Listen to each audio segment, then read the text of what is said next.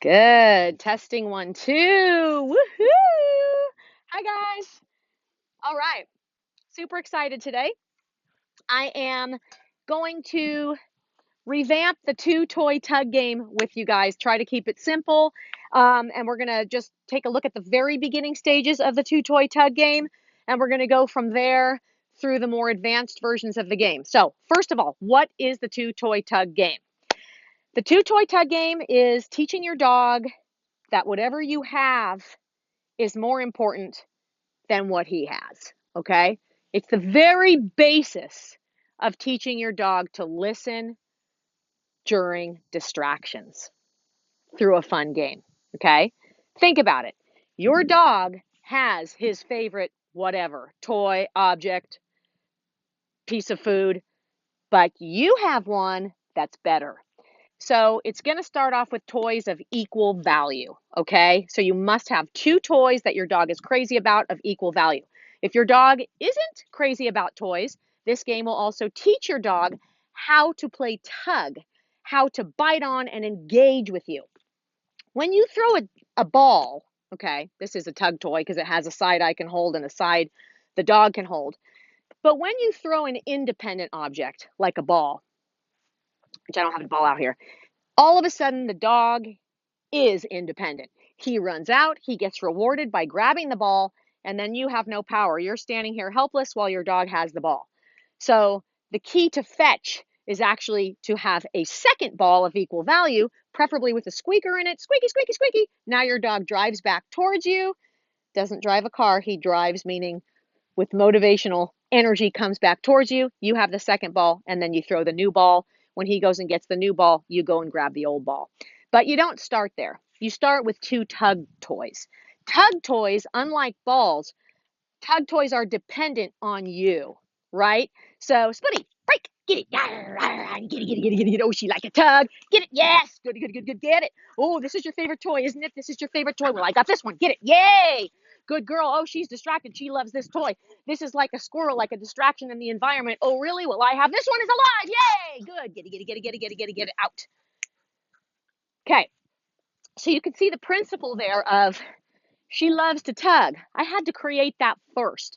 You're not just going to get two toys out and have that much drive with your dog unless you first focus on how do we tug? What are the dynamics and principles of tug? Okay. So, rule number 1, two toys of equal value. I would not start with these rings. These rings are not as exciting and as fun as these toys. Okay. So, these toys mimic prey. They mimic a squirrel. So instead of competing with the squirrels, you can be the squirrel. You want to teach your dog that you're more exciting than a running, jumping rabbit or squirrel. Okay? Sometimes these tug toys even have squeakers in them. I designed this one out of bungee, fleece, faux fur, more bungee, rabbit fur, buffalo fur, leather, slappy leather, and a ball. I wanted the ball to squeak, but it does not squeak. And it's a little bit of a hard ball, which I don't like. I can drag this toy and make it mimic prey, okay? So the very first thing is you have two toys that are identical or of equal value. My dog sees these two toys as pretty much the same value. If he really favored this one over this one, then I would use two identical toys, okay? So in the early stages of the game, two identical toys. The dynamics of tug. We're going to start with one toy. This is not about teaching the dog out or drop. I might say out or drop, at which point my dog does spit out the toy and I can ask him to tug again. That's an advanced version of the game. The very first phase is to get your two toys and develop a game of interest and chase. So, break, get it. Yes, yes. So the first dynamic of tug. Yes, good girl. Get it, get it, get it. Woo! Woo! Is I always move away. Okay? Once your dog gets the tug, the second dynamic is you must keep pressure on the toy. I must keep pressure on the toy. Okay? If I lose pressure or even just stop tugging, the toy goes dead and you can see the energy fall out of the game. But if the toy is moving, oh boy, there it goes. The toy has to move and it has to move away. So I can go back and forth. I can run. I can pick up, okay?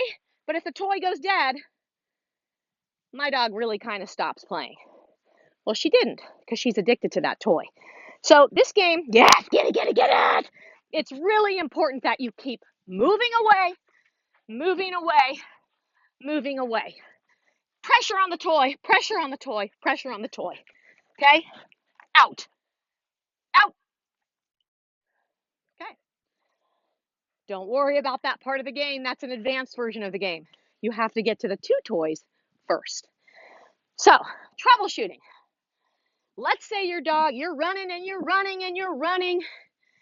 your dog's not interested.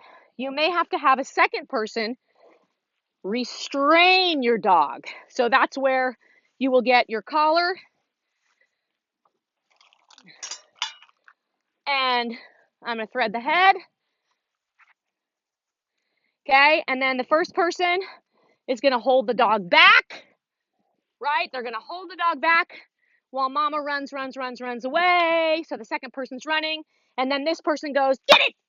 So by holding the dog back, good girl, good, out. Yes, get it, yes, good girl, good, out, good girl. By holding the dog back, we build or we increase motivation and drive, a word that you will hear me use a lot. So drive is the dog's building of energy. They want it so bad that a dog with high drive wants it more than other dogs want it. So we're trying to create a high drive dog, because those are the dogs that usually love their training, take to the training better, understand commands, and understand reward system. We have to build drive in order for our dogs to understand we're building drive to be focused on us. So I don't care if you have a drivey dog that all he wants is to chase squirrels. You need to transfer that drive to you so that you become the squirrel. And becoming the prey animal through the 2 toy tug game gets you on par and equivalent with prey animals, other dogs, and that. If you don't want to do this game, the inherent risks are that squirrels, other dogs, cats, moving things will always take priority over you because they are more exciting. So, troubleshooting, if you really feel like you can't run for health reasons, physical reasons, or whatever it is, you can get a horse lunge whip, and you tie a rag or a pillowcase or a toy on the end of that whip, and now you just have to stand there while your toy is dancing all the way around, okay? So there are troubleshooting methods to this, which I will post a video on that next, so you can kind of see my design for, gee, I can't build drive. What are some games you can do if you can't run, or if your dog is still not really interested? They're kind of the same games, okay?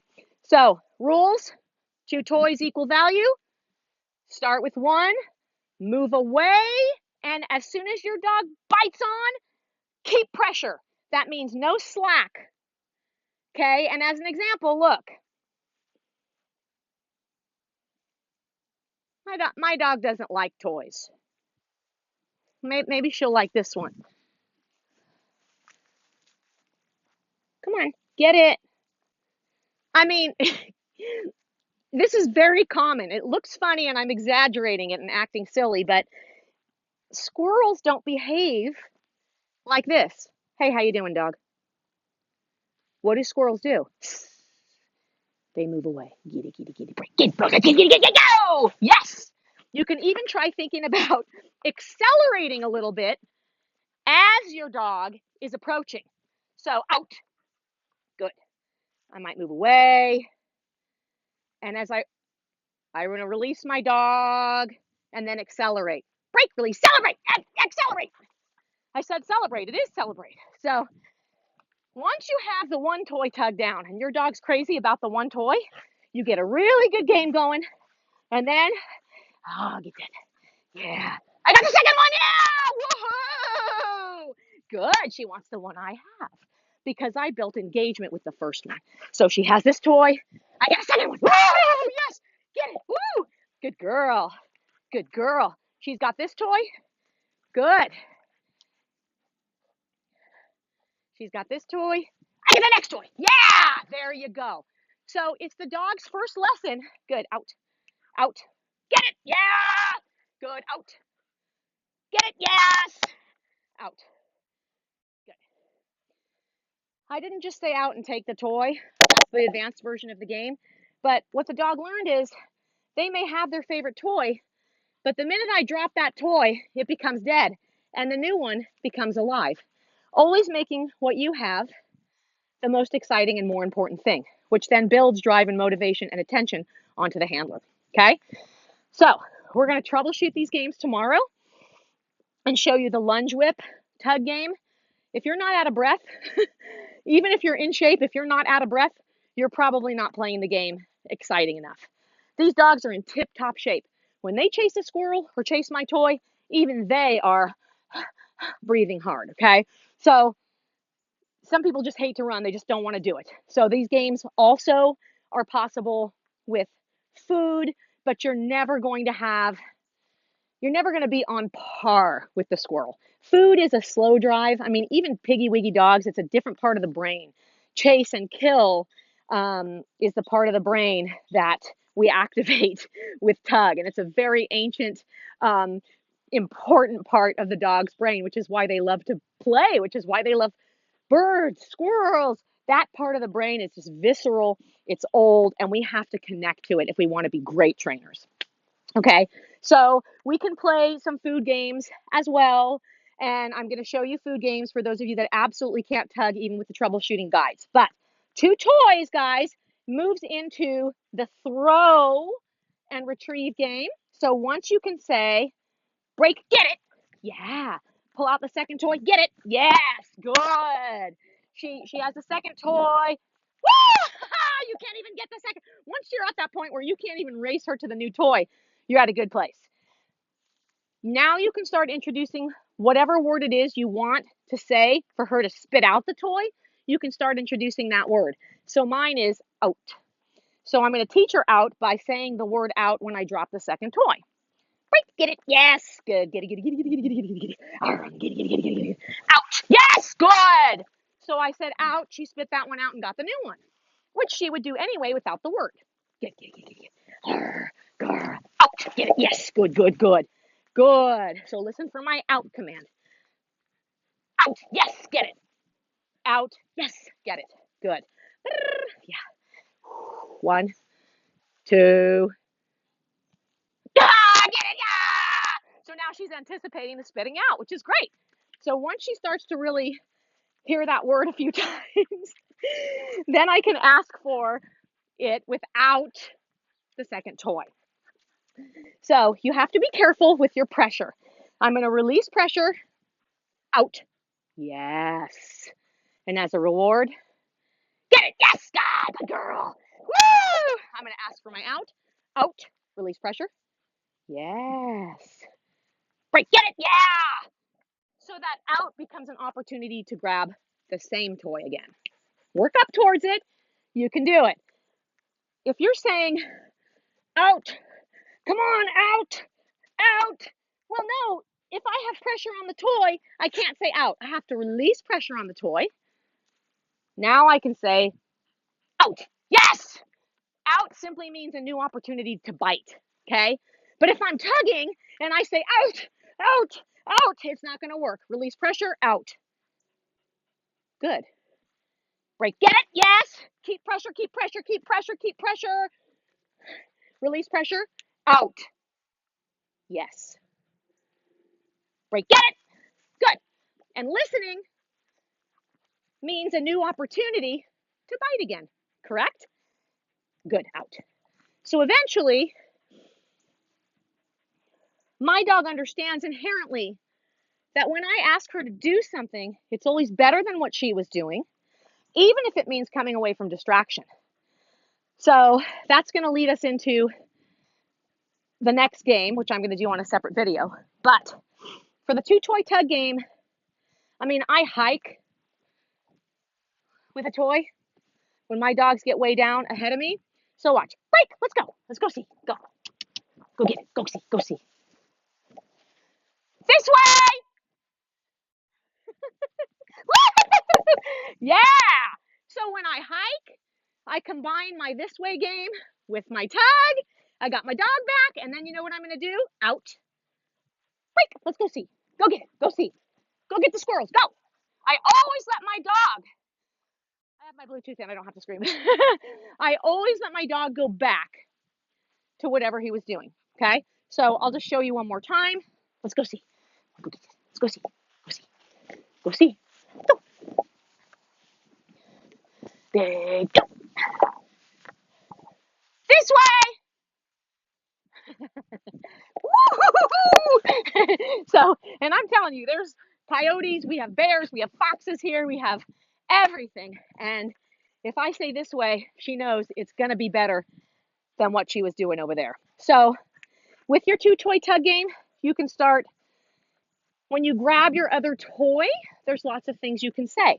So when she's tugging, I can say, out, get it, right? I can use out. So tug, tug, tug, tug, tug, out, yeah, right? I can also use this way. Please go back and watch the this way video because you can also do get it, break. Yes, get it, get it, get it, get it, get it, get it. Oh, get it, get it, get it, get it, get it. Get it, get it, get it, get it, get it, get it, get it. Good. I can also, ready, break. Go get this way. Okay? So I can also throw something and then run the other way and say this way with tug as reward. So once you get smart about training, you realize that the training tactics are the same and you just change the word. So I can teach come, somebody come, tug, this way, tug, out, tug, no, leave it, tug. All commands are an opportunity for the dog. It's an addition. If I listen to my mommy, I get the tug toy and I get to go back and chase whatever I was doing. That's good training. Okay? So the 2-toy tug game involves I have to spit out the toy. I want that toy so bad, but if the dog does spit it out, they get to bite the very same thing again or a new one.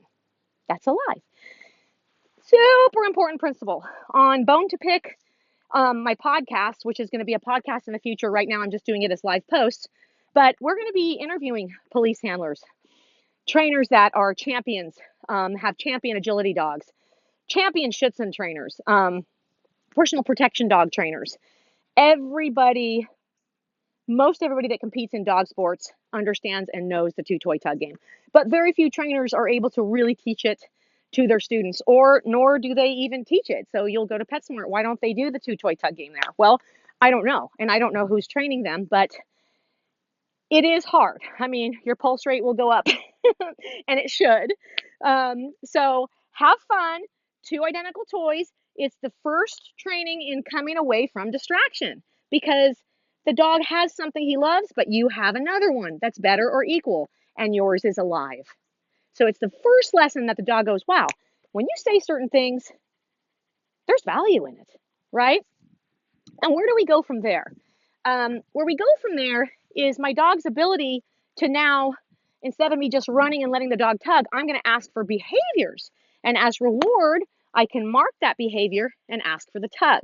Keep in mind that we're going to do foundation all over again. So you're going to learn how to ask for sit, how to, what are the 3 voices? All this stuff has to be in place at the same time. And it's really simple. There's like 10 main things you have to know about dogs. And if you know those 10 things, you're going to be successful. So be watching for the 10 secrets that every dog trainer knows that their clients don't. I'm going to share them with you.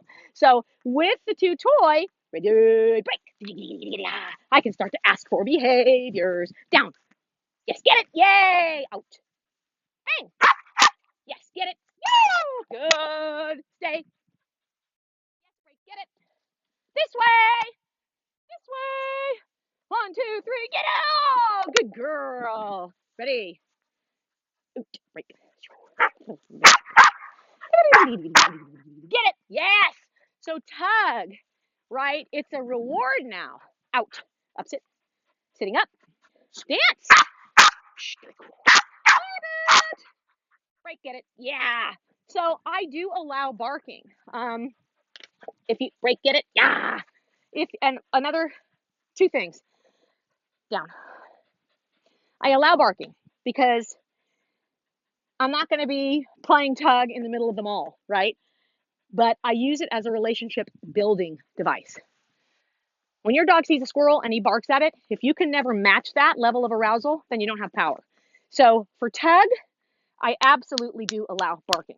If I work with food, I don't allow barking. So that if I have to do a demo inside or anything like that, I know I can always use food or nothing at all. And I have that relationship built in. My dog knows I'm fun. We've spent enough time creating fun. And my dog will bark at me like I'm a prey animal. It doesn't mean they're going to bark at you when you're sitting down watching TV. I mean, when I'm engaging and asking my dog and I have my reward visible and present, that I do allow the bark. But you are your own dog's trainer. So if you never want barking, you simply would never give your dog access to the toy during the barking. That's it. You would wait for quiet. But then your drive and arousal goes down. And to every dog trainer or everybody who really wants their dog to listen, you're going to want to build that drive. And some dogs are barkier than others. Quick water break. Break. Get water.